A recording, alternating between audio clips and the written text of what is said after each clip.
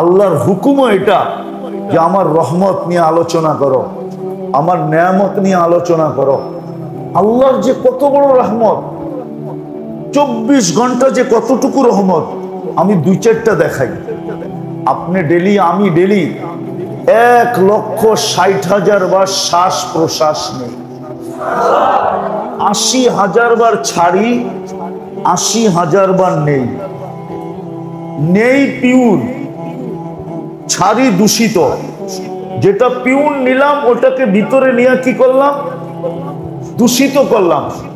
ওটাকে আবার ছেড়া দিলাম, ছাড়তে দেরি।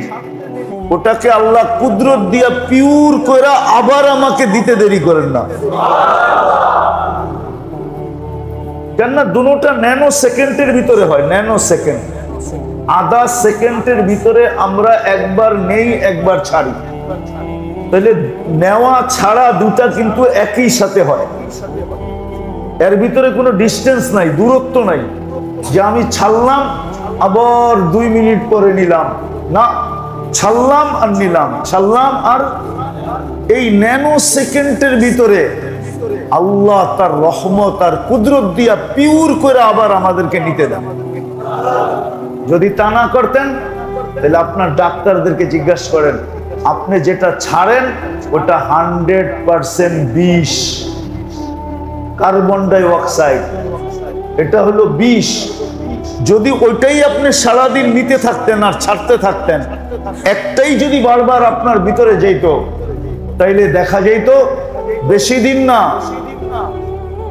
আমার মনে হয় না 15 দিন বাঁচতাম কিনা।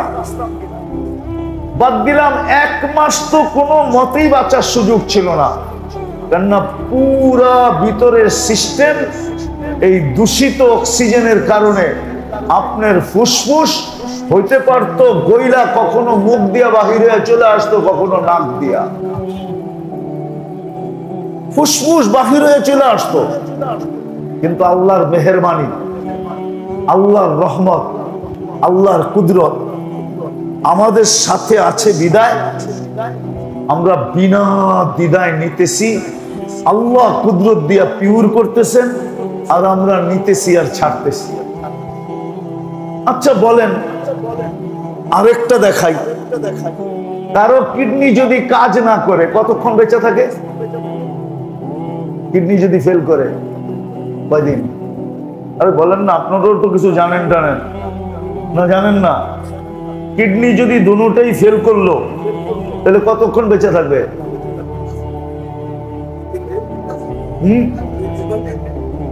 আচ্ছা আপনারটাই মেনে নিলাম, আসলে এটা না। কিডনি ফেল করলে 24 ঘন্টার ভিতরে মারা যেতে পারে, 2-4 ঘন্টার ভিতরে মারা যেতে পারে। আচ্ছা আপনারটাই মেনে নিলাম 3 দিন। কিডনি ফেল হয়ে গেলে আল্লাহ ডেলি 36 বার আমাদের কিডনিকে ডায়ালিসিস করে। কতবার? 36 বার। পার 40 মিনিটে একবার ডায়ালিসিস হয়। যদি আল্লাহ ডায়ালিসিস বন্ধ করে দেন, কিডনি ফেল, কিডনি ফেল, কাজ করা ছেড়ে দিবে। আপনি বাঁচবেন কতক্ষণ? এটা কার রহমত? হ্যাঁ, হায় হায়, আমি কত দেখাবো, কত দেখাবো। ডেলি 550 লিটার অক্সিজেন আল্লাহ আমাদেরকে ব্যবহার করতে দেয়। আমরা নাক দিয়া টাইনা নেই ডেলি 550 লিটার। 550টা লিটারের বোতল জমা করে রাখা দেখেন কতটি জায়গা লাগে আর কিরকম স্তূপ হয়। আল্লাহ ডেলি 550 লিটার অক্সিজেন নিতে দিতেছে। যুবককে যৌবনের তরঙ্গের ভিতরে রাখতেছেন যেন বাটা না পড়ে, ঠিক না? পুরুষকে পুরুষত্বের ভিতরে রাখতেছেন, নারীকে নারীত্বের ভিতরে রাখতেছেন। এগুলা কি আল্লাহর রহমত না? না রহমত না? মানেন? হ্যাঁ, তাহলে তো দিলে গাথার দরকার ছিল যে আল্লাহ তোমার রহমত ছাড়া আমি এক শ্বাসও নিতে পারব না। কিন্তু বলেন এই কথাটা কয়জনে বলি আর ভাবি? এখন না স্বীকারোক্তি দিলেন, কিন্তু এর আগে কবে আপনি ভাবছেন, চিন্তা করছেন বা বলছেন যে যতই যা করি না কেন আল্লাহর রহমত ছাড়া কিচ্ছু করতে পারবো না? এটা যদি আপনার এইখানে গাথা থাকতো বা আপনার সামনে বাসমান থাকতো বা আপনার আমার ব্রেনে সদা সর্বদা উদিত থাকতো, তাহলে মনে হয় না আমাদের চাল চলন বর্তমানে যেরকম বা আমাদের অবস্থা যেরকম, মনে হয় এরকম অবস্থা আমাদের কোনোদিনও হতো না। যুবকের অবস্থা এরকম হতো না, বৃদ্ধের অবস্থা এরকম হতো না, নারীর অবস্থা এরকম হতো না, পুরুষের অবস্থা এরকম হতো না। সবচেয়ে বড় কথা এটাই যদি ভাবতাম যে আল্লাহর রহমত ছাড়া আমি এক শ্বাসও নিতে পারবো না, তাহলে আল্লাহ কিন্তু ডেলি 5 বেলা রহমত নেওয়ার জন্য ডাকে এবং রহমত দেওয়ার জন্য ডাকে। নেওয়ার জন্য এবং দেওয়ার জন্য আল্লাহ ডেলি কয়বার ডাকে? আজান কার ডাক? কিন্তু আপনাকে মসজিদ দেখলে তো মনে হয় না মুসল্লি হয়।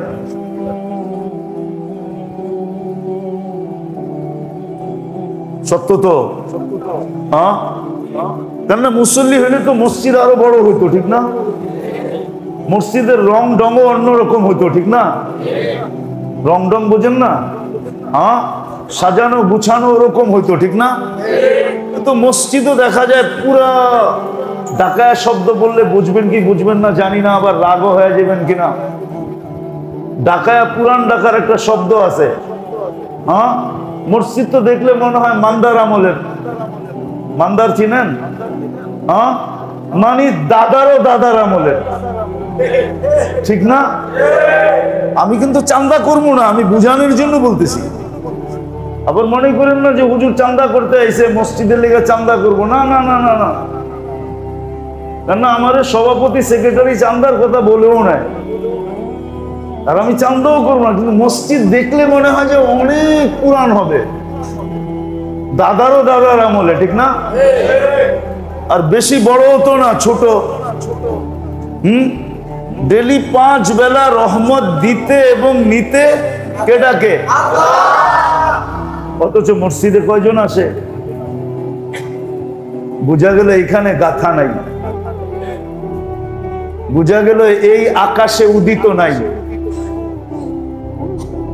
বুঝা গেল এটা আমার সামনে নাই, যে আল্লাহর রহমত ছাড়া আমি এক কদম চলতে পারবো না, না না না। সত্য এটাই। আল্লাহর রহমত যখন উঠা যায় না, আল্লাহ কত প্রমাণ দিবে, কত প্রমাণ দিবে, কত। দুনিয়াতে তো আল্লাহ প্রমাণ দিতেই থাকেন, দিতেই থাকেন, দিতেই থাকেন, দিতেই থাকেন, কিন্তু মানুষ তো কোনোদিন এটা নিয়ে ভাবে না। হ্যাঁ, ভাবে না, ভাবে না। আমরা বুড়ারও ভাবি না। আমরা কি ভাবি যে একদিন ছিলাম কি, এখন হইলাম কি? একদিন আমারও তো এক সময় যেই যৌবন ছিল, ওই যৌবনের ঠেলায় দেওয়াল রে বলতাম সর তুই, ঠিক না? রাত নাই, দিন নাই, ঠিক না? কিন্তু এখন বুড়া হয়ে উঠলে বইতে পারে না, বইলে কবি তো এটাই বলছে, বচপন ने तुझे बरसों खिलाया, बचपन ने तुझे बरसों खिलाया। এক সময় ছিল লুঙ্গি মাথায় বাঁধলেও কেউ কিছু বলতো না, আবার কান্দে রাখলেও কেউ কিছু বলতো না, আবার উপরে ফিকা মেয়েরা জাপ দিলেও কেউ কিছু বলতো না, ঠিক না? মনে হয় বোঝেন না, ওই দিন আপনাকে যায় না, ঠিক না? কি ঠিক না? রাত্রে লুঙ্গি পরে ঘুমাইছে ঠিকই, সকালে ওই কই আর লুঙ্গি কই, ঠিক না? মাকে জিজ্ঞাসা কিরে লুঙ্গি কই, রাত্রে জানি লুঙ্গি কই গেছে গা, ঠিক না? কেউ কিছু বলে না, ঠিক না? জওয়ানি নে আকে ফির মজনু বানায়া। যুবক হইতে দেরি, মাতাল হইতে দেরি হয় না, ঠিক না? হ্যাঁ, এখন তো আর বাসি বুসি নাই, ছোটবেলা দেখতাম আর কি, ঠিক না? এখন তো আর পানি পুনি নাই, নাহলে মাধবদী আমি আজকে চিনি না, অনেক আগের থেকে মাধবদী চিনি। এক জমানা ছিল মাধবদী তো পানির দিনে পানি হইতো, বাড়ির থেকে বাড়িতে ডিঙ্গি নৌকা দিয়া যাইতো, ঠিক না? হ্যাঁ, চাঁদনি রাত হইলে যুবকরা ডিঙ্গির মধ্যে বয়া বাঁশি বাজাইতো, ঠিক না? সারা রাত পার, ঠিক না? মা বাবা পিটাও আনতে পারে না। কি জওয়ানি নে মজনু বানায়া, যৌবন আইসা মাতাল বানায়া দিছে। বুড়া পে আকে ফির পে ক্যা ক্যা সিতায়া। আর যখন বুড়া হইছে এখন উঠলে বসতে পারে না, বসলে উঠতে পারে না। কিন্তু ওই যে বললাম না, প্রভাবের কারণে, চার জিনিসের প্রভাবের কারণে এখনো মাথার ভিতর থেকে যায় নাই। কবি বলতেছেন, তুঝে দুনহাই কে রহো সবসে আলা, हो जीनत निराली हो फैशन निराला, यूं ही जिया करता है क्या मरने वाला, तुझे हुस्न जाहिर ने धोखे में डाला, जगह जी लगाने का दुनिया नहीं है, ये इबरत की जा है तमाशा नहीं है, अफा हसिबतुम अन्नमा खलकनाकुम आबस। অনর্থক সৃষ্টি না, যদিও আমাদের মাথার ভিতরে নিশা যে দুনিয়ার চাকচিক্য, দুনিয়ার উন্নতি, দুনিয়ার উপরে চড়া, হ্যাঁ, যদিও মাথার ভিতরে নিশা, ঠিক না? শুনে তো, কিন্তু মানে তো না। কম তো শুনাইতেছি না। আজকে বহুত বৎসর ধরে প্রত্যেক বয়ানের না হইল এক বয়ান বাদ দিয়া দ্বিতীয় বয়ানে আমার পাবেন। আল্লাহ মানুষকে বুঝাইছে, তুই কামাইতে পারিস কিন্তু তোরে পুরা খাইতে দিব না। কামাবি কিন্তু খাইতে খাইতে দিমু না, পারমু না, না দিমুই না। দিলে না পারবি, দিলে দিমুই না খাইতে। কামা, যত কামাইতে পারিস কিন্তু খাইতে দিমু না। যত হাজার কোটি টাকা খরচ করে বানাস, বেশি দিন থাকতে দিমু না। বেশি দিন থাকতে, সত্য না মিথ্যা? সবাই তো এটা জানে, শুনে, কিন্তু ছাড়ে? হ্যাঁ, ছাড়ে কি কন? নাইলে ৯-৬ করবে কেন? ও যদি এটা বিশ্বাসই করতো তো কোনোদিন ৯-৬ করতো না। করতো ৯-৬? বোঝেন? মনে হয় বোঝেন নাই। ব্যবসা ব্যবসা করেন না তো কোথেকে বুঝবেন? নেওয়ার সময় যখন নিজে নিবে তো ৯ রে ৬ বানায় নিবে। ওইটা ৯ না, এটা তো ৬। লাভ হইলো কত? ৩, ঠিক না? আবার যখন বেচবো তখন ৬ রে ৯ বানায় বেচবো। ওইটা ৬ না বেটা, এটা ৯। এইখানেও লাভ কত? ২-৩ মিলা কত হইলো? ডাবল লাভ হইলো না? ওই ৯-৬ করবে কেন? আল্লাহ তো বলতেছে কামাবি, তোকে খাইতে দিব না। যত হাজার কোটি টাকা খরচ করে তুই বানা, তোকে বেশি দিন থাকতে। কতজনরে তো একদিনও থাকতে দেয় না। কতজনরে তো একদিনও থাকতে দেয় না, ঠিক না? আবার কতজনরে সবকিছু থাকা সত্ত্বেও মাসের পর মাস ঝুপ জঙ্গল পাট খেতে কাটায় দিছে, ঠিক না? মনে হয় কিছুই বোঝেন না, বাপটা খান না তো থেকে বলবেন। আল্লাহ বলে বেশি দিন থাকতে দিব না। আরেকটা হিসাব করেন আপনি। আচ্ছা, মানুষ বাড়িতে থাকে কতক্ষণ? কতক্ষণ থাকেন বলেন? কয় ঘন্টা? হ্যাঁ, 8 ঘন্টা, ঠিক না? না, 8 ঘন্টা থাকলে মেল চালাইব কে? চার দোকানে বইব কে?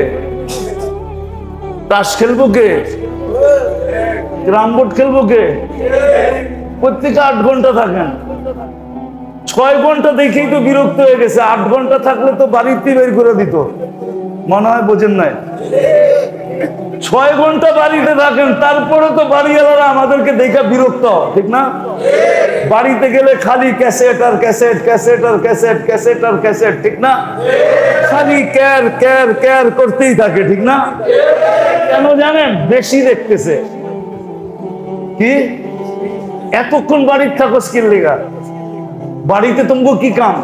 কেন ওরা জানে বাড়িতে আমরা বেশি থাকলে আমরা আবার ওদেরকে বিরক্ত করবো, এটা লইও ওটা লইও, এটা ঠিক করো ওইটা ঠিক করো, এই করো এই করো, সারাদিন খালি অর্ডার দিতেই থাকবো, ঠিক না? কতক্ষণ শুইব? মানলাম 8 ঘন্টা থাকেন, 16 ঘন্টা কই থাকেন?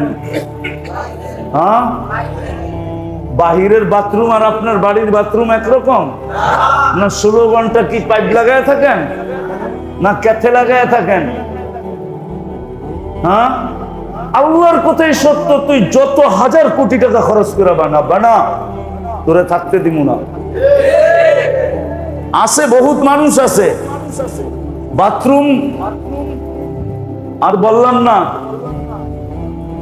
সপ্তাহে একদিন করে কিনা, অথচ বাথরুমই লাগাইছে কয়েক কোটি টাকা। হ্যাঁ, বিশ্বাস হয় না? আমার লোকে চলেন মাধব দিলে যেমন, আমি চিনি মাধব দিতে, 1 কোটি টাকা বাথরুমে লাগছে। যে ইনস্ট্রুমেন্ট লাগাইছে বাথরুমে, যে কমোড লাগাইছে, আধুনিক কমোড, পানির মধ্যে হাত লাগাইতে হবে না, সবকিছু অটো হবে, অটো। আল্লাহ বলে তুই বানাবি, তোকে থাকতে দিব, তুই কামাবি, তোকে খাইতে। যদি এটা বিশ্বাস করতো, আর তৃতীয় তুই জমাবি,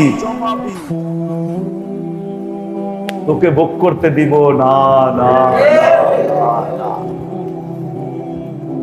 ভোগ করতে দিবে না, কসম খোদা, এটাই আল্লাহর সিদ্ধান্ত। জমাবি তুই, নাইলে কোরআন কেন বলতো জামা মালাহু ওয়া আদ্দাদা ওয়াইলুল লিকুল্লি হুমাযাতিল লুমাযা আল্লাযী জামা মালান ওয়া আদ্দাদা। এদের জন্য আল্লাহ কোনোদিন এই হাত কোরআন বলতেন না যে তুই জমাবি কিন্তু তোকে ভোগ করতে দিব না, ভোগ করতে দিব না। এটা যদি থাকতো মানুষ 900 কেন পড়তো? বোঝা গেল এটা এইখানেও গাথা নাই, এইখানেও উদিত নাই, সামনেও নাই। আচ্ছা, আরেকটা কথা বুঝাই, দেখি বুঝে আসে কিনা। শুনছি কিন্তু আমরা অনেক, যে মাটি কিন্তু ডেলি আমাদেরকে বলে তামশি আলা দহরি মাসিরুকা ফি বাতনি, তুই আমার পেটে চলমান, যেই কোনো মুহূর্তে তুই আমার পেটে চলে আসতে পারিস,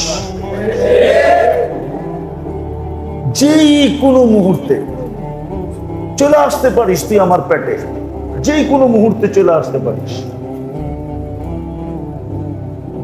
যেই কোনো মুহূর্তে তুই আমার পেটে চলে আসতে পারিস। আজকে সূর্য ডুবছে বলতে বলতে লানা আউত ফি হায়াতিকা আবাদা, হইতে পারে মাধবদীর মানুষ তোমরা আর কোনোদিন আমাকে উঠতে দেখবে না। অথবা এই ইউনিয়নের নাম কি?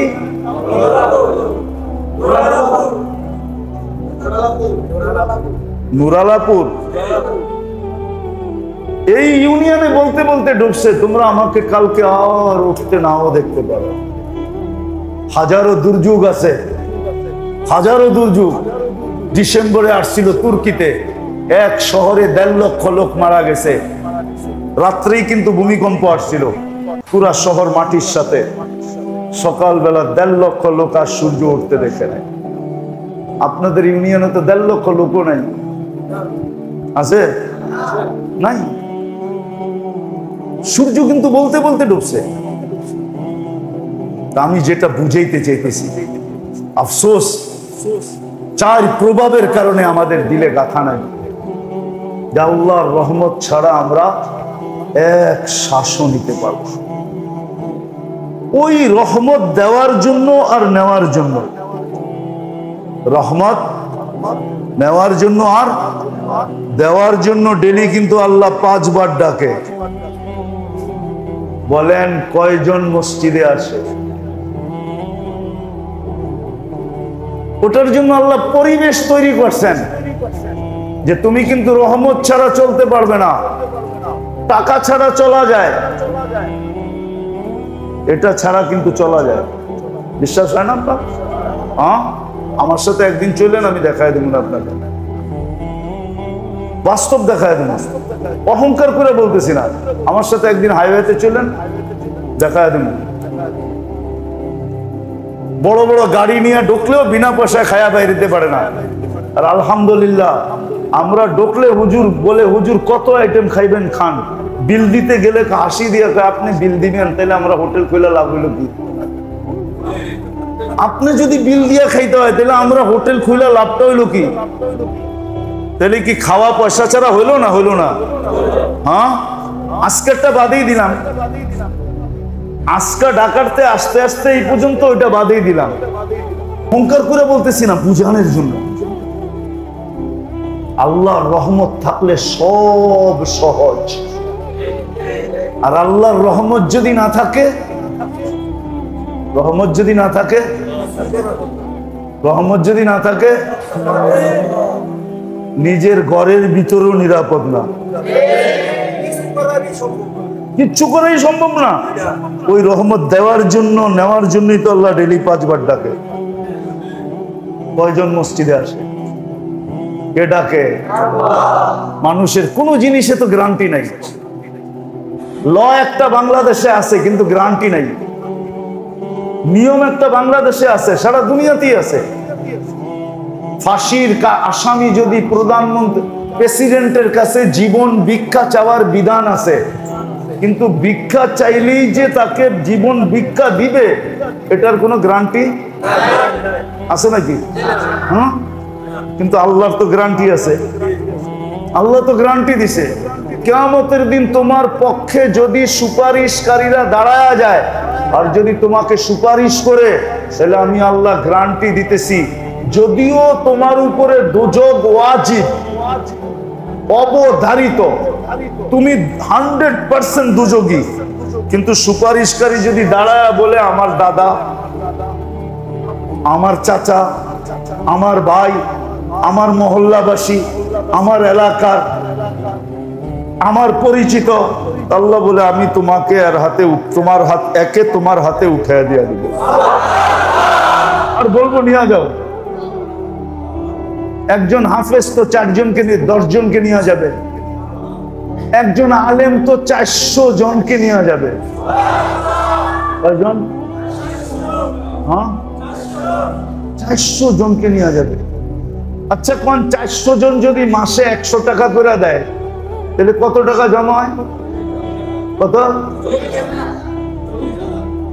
তাহলে তো ইমাম সাহেবের গোসল হইতে পারে, ঠিক না? না হইতে পারে না? হ্যাঁ, 400 জন যদি বলে যে কিয়ামতের দিন আমাকে নিয়ে যাবেন, মাসে 100 টাকা আপনার ভরণ পোষণে আমি দিব, তাইলে ইমাম সাহেব মাসে কত পায়? আপনাকে ইমাম সাহেব কয় টাকা পায়? রাগ হয় না, কিন্তু বুঝানোর জন্য বলতেছি, 10,000। অথচ মাসে কত কত দিব? 100 টাকা। অথচ কমিটি আলারা বেতন দেওয়ার লেগে হিমশিম খাইতে থাকে, ঠিক না? হ্যাঁ, আর যদি মসজিদের দানের লিস্টিতে নাম লেখে আর বাড়িতে যায়, তাহলে তো কত কমিটির লোকরে গালি খাইও ফিরতে হয়, ঠিক না? কি ভুল বলতেছি?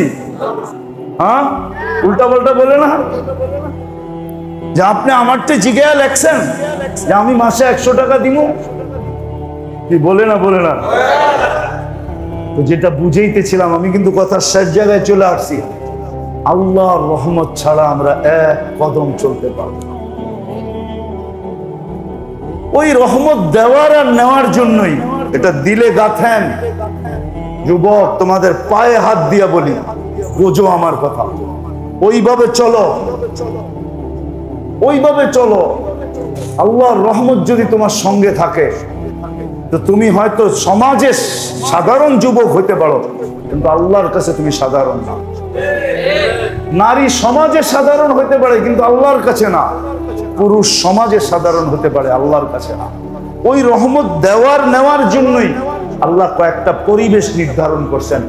সবচেয়ে বড় পরিবেশ হলো মসজিদের পরিবেশ। প্রথম পরিবেশ হলো মসজিদের। এই জন্য মসজিদে ঢুকার দোয়াও হলো আল্লাহুম্মা ফতাহলি আবওয়াবা রাহমাতিক, আল্লাহ রহমতের দরজা খুলে দেন, আমি কিন্তু চলে আসলাম, আমি কিন্তু আয়া পড়ছি, দরজা কিন্তু খোলেন, আমি কিন্তু আয়া পড়ছি। বাংলা একটা প্রবাদ বাক্য আছে, ভুলে গেছি, যে আমি কিন্তু আয়া পড়ছি, আমি চলে আসছি, আমি উপস্থিত, দরজা খোলেন। এই জন্য মসজিদে ঢুকার দোয়া রাখছেন। এটা প্রথম পরিবেশ হলো মসজিদের। মুসলমানদের দুরবস্থার কারণ এটাই, অন্য কোনো কারণ না। দুরবস্থার কারণ এটাই যে মুসলমান মসজিদ ছেড়ে দিছে। কি মসজিদ ছেড়ে দিছে, নামাজ জীবন থেকে মরে গেছে। আল্লাহ রসুল বলছে একদিন আসবে উমিতাতিস সালাহ, তোমাদের জীবন থেকে নামাজ মরে যাবে, মসজিদ তোমরা ছেড়ে দিবে। তখন কি হবে? তখন যা হবে ওইটা এখন হইতেছে। মুসলমানদের সাথে যে অবস্থা, প্রেক্ষাপট মুসলমানদের সাথে যেটা আজকে দুনিয়াতে, ওটা শুধু এই কারণে মুসলমান মসজিদ ছেড়ে দিছে, নামাজ ছেড়ে দিছে। নাইলে ইহুদিদের কিতাবেও লেখা আছে এখনো, যেদিন মুসলমানের ফজরের জামাত আর জুমার জামাত সমান হবে, ওই দিন থেকে মুসলমানদের বিজয়ের পালা অটোমেটিকলি শুরু হবে। কুদরত দিয়ে বিজয় শুরু হবে। কুদরত দিয়া, কি দিয়া? কুদরত দিয়া বিজয় শুরু হবে, বিজয়ের পালা শুরু হবে। কেউ ঠেকায় রাখতে পারবে না, কোন শক্তি পারবে না, কোন শক্তি।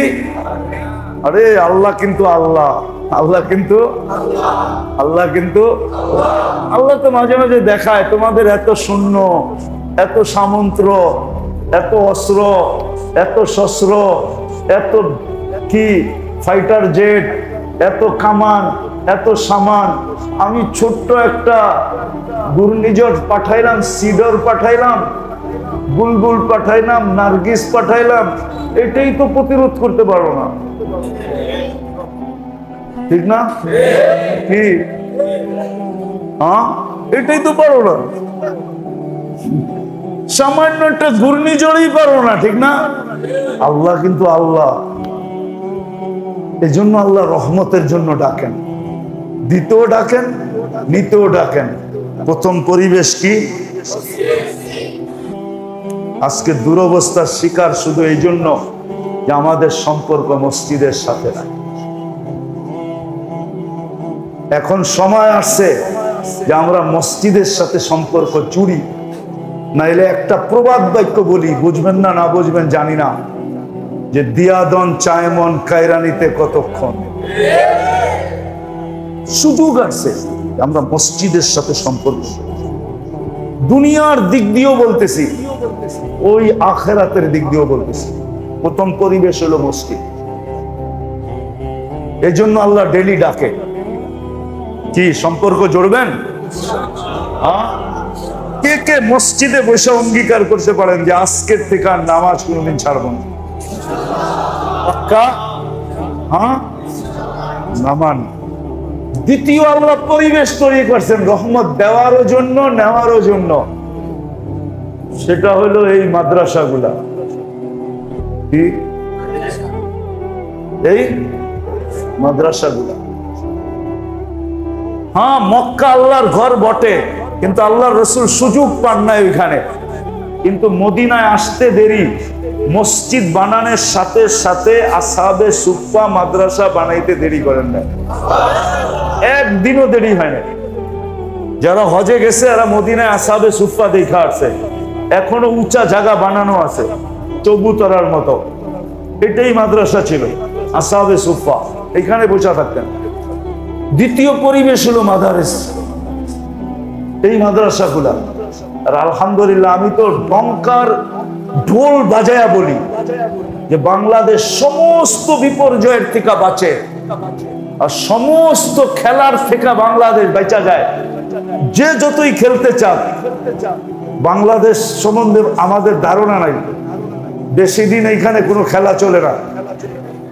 কেননা এখানে 40,000-এর উপরে মাদ্রাসা আছে। শুধু হেফজখানা, বড়টি বাদ দিলাম। আমি দুনিয়া ঘুরে বলতেছি, আগে বলতাম, অহংকার করে বলি না, আগে বলতাম 99টা দেশ দেখছি, আজকে বলবো 102টা হয়ে গেছে। এই মাসের ভিতরে আরো 3টা কমপ্লিট হওয়ার আশঙ্কা আছে যদি আল্লাহ পাকের মেহেরবানি থাকে। আমি দুনিয়া ঘুরে বলতেছি, কিতাব পড়া না।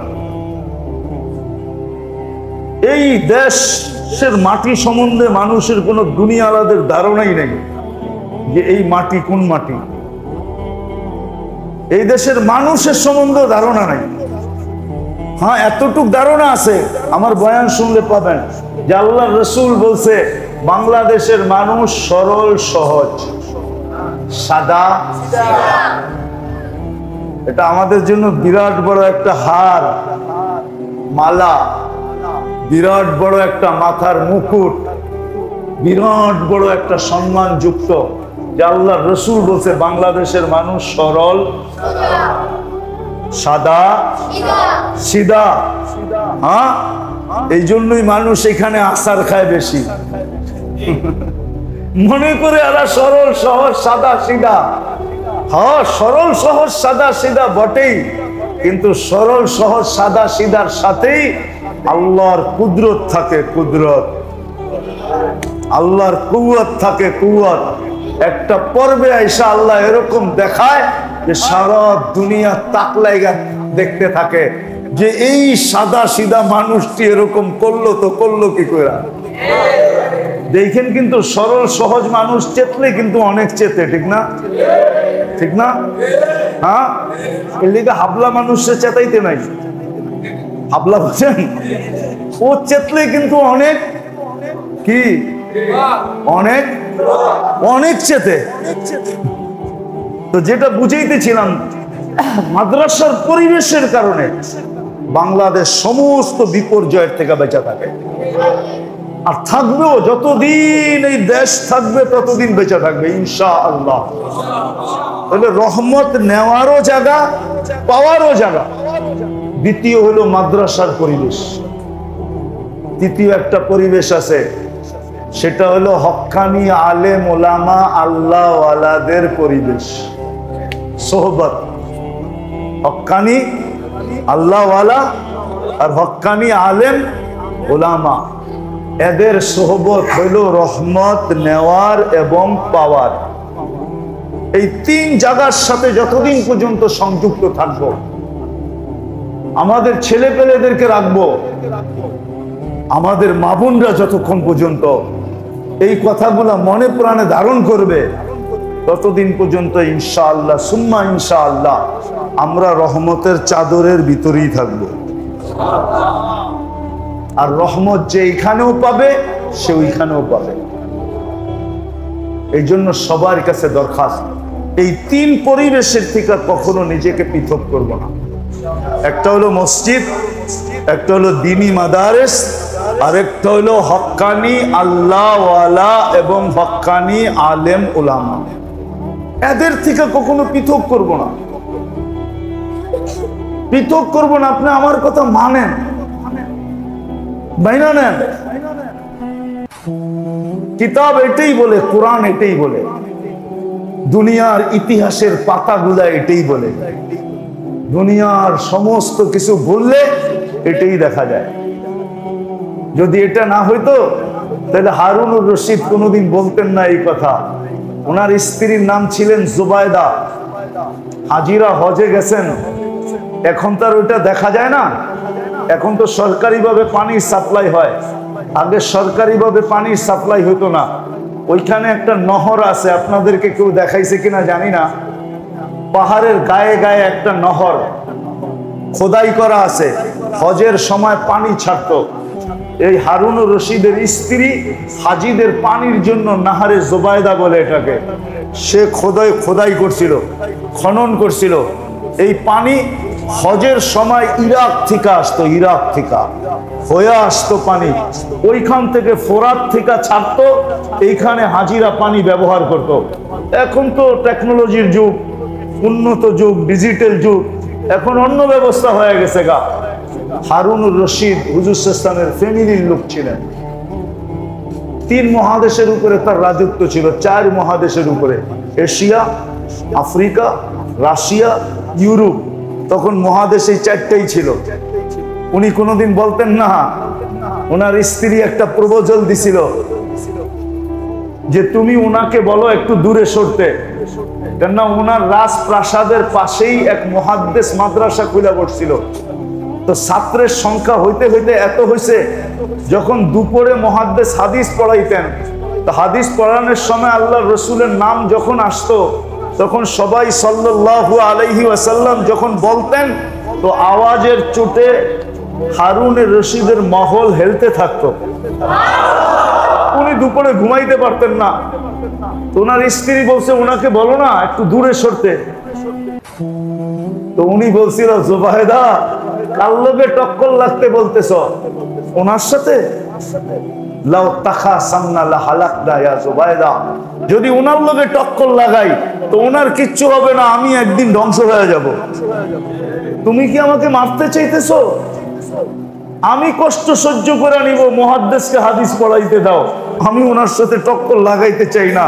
আমার রাজত্ব জমিনের উপরে, ওনার রাজত্বের পরিধি আরশের উপর পর্যন্ত।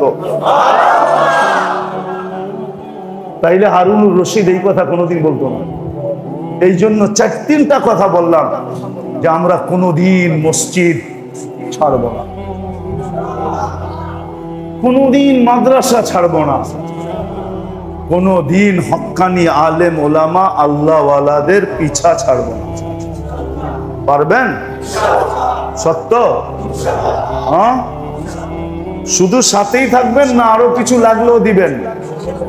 হ্যাঁ, করবেন সাহায্য সহানুভূতি?